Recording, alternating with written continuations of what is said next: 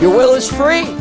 Because your will is free, you form your own moral character. That's what makes you susceptible to the punishment of God or even rewards under God's government. If your will was not free, God wouldn't punish anyone. If your will wasn't free, God wouldn't reward anyone. Reward and punishment presuppose the freedom of the will.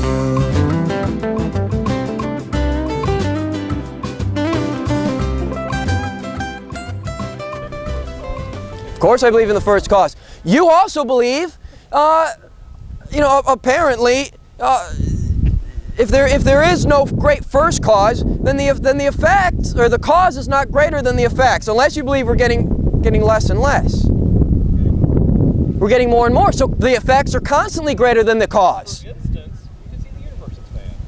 Yeah. You can see people building communities. We've lived long. Yeah. We're getting better. We're getting yeah, better but in my worldview, in my worldview, God is greater than the universe, so God can cause the universe to expand. Because of course God is He's omnipotent, omnipresent. So God can expand the universe. God can cause that event to happen because He being infinite is a qualified cause of that event. But in the atheistic worldview, you don't have a qualified cause to create the universe to expand. Tell you, how about this, Mr. Atheist? Okay, obviously you believe in your 5 senses.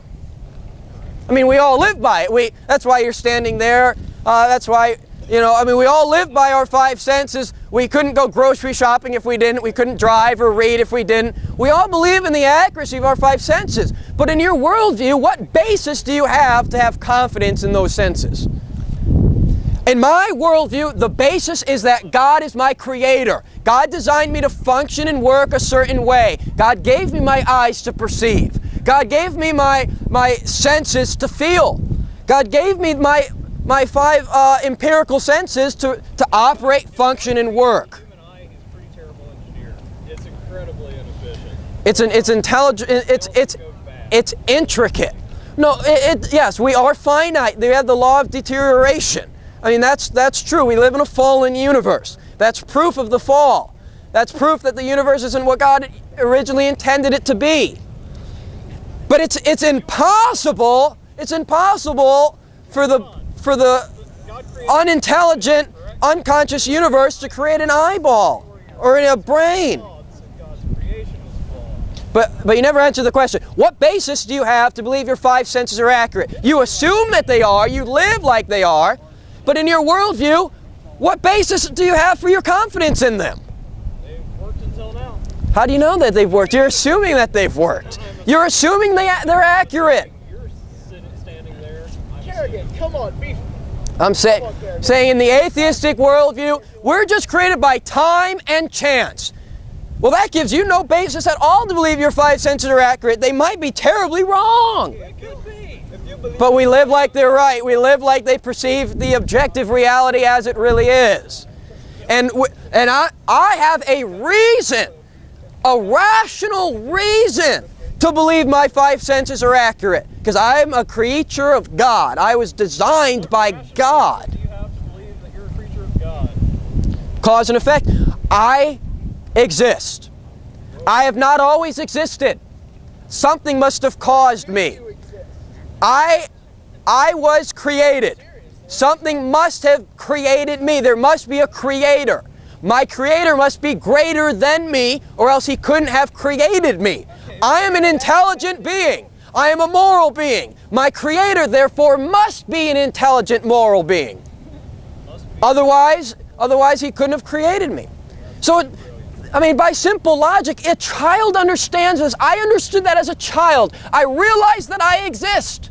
I realized I didn't always exist. I was created. Therefore, something must have created me. But what is qualified, what is capable of creating a being such as me? Only a being that's greater than me is capable of creating a being such as me. That's why the Bible says atheism is foolish. Atheism is absurd. For example, the laws of logic. Do you believe in those? Okay, where do those come from? Are the laws of logic absolute? Are the laws of logic absolute? Actually, if you want to go back Where did Aristotle get them from?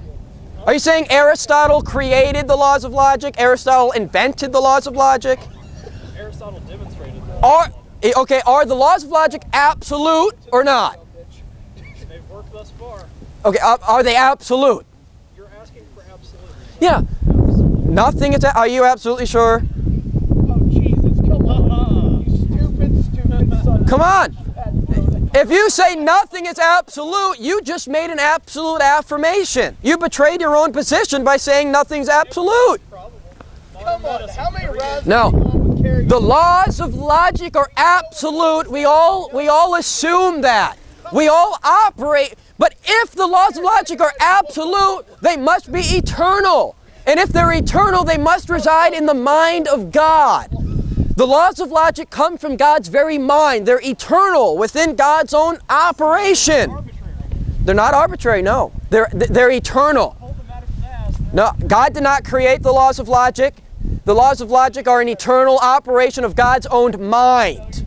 God has always been logical. God has never been illogical or illogical. God has always been logical. The laws of logic are nothing more than the eternal function and operation of God's mind, which laws that govern His mind, He created to govern our own minds.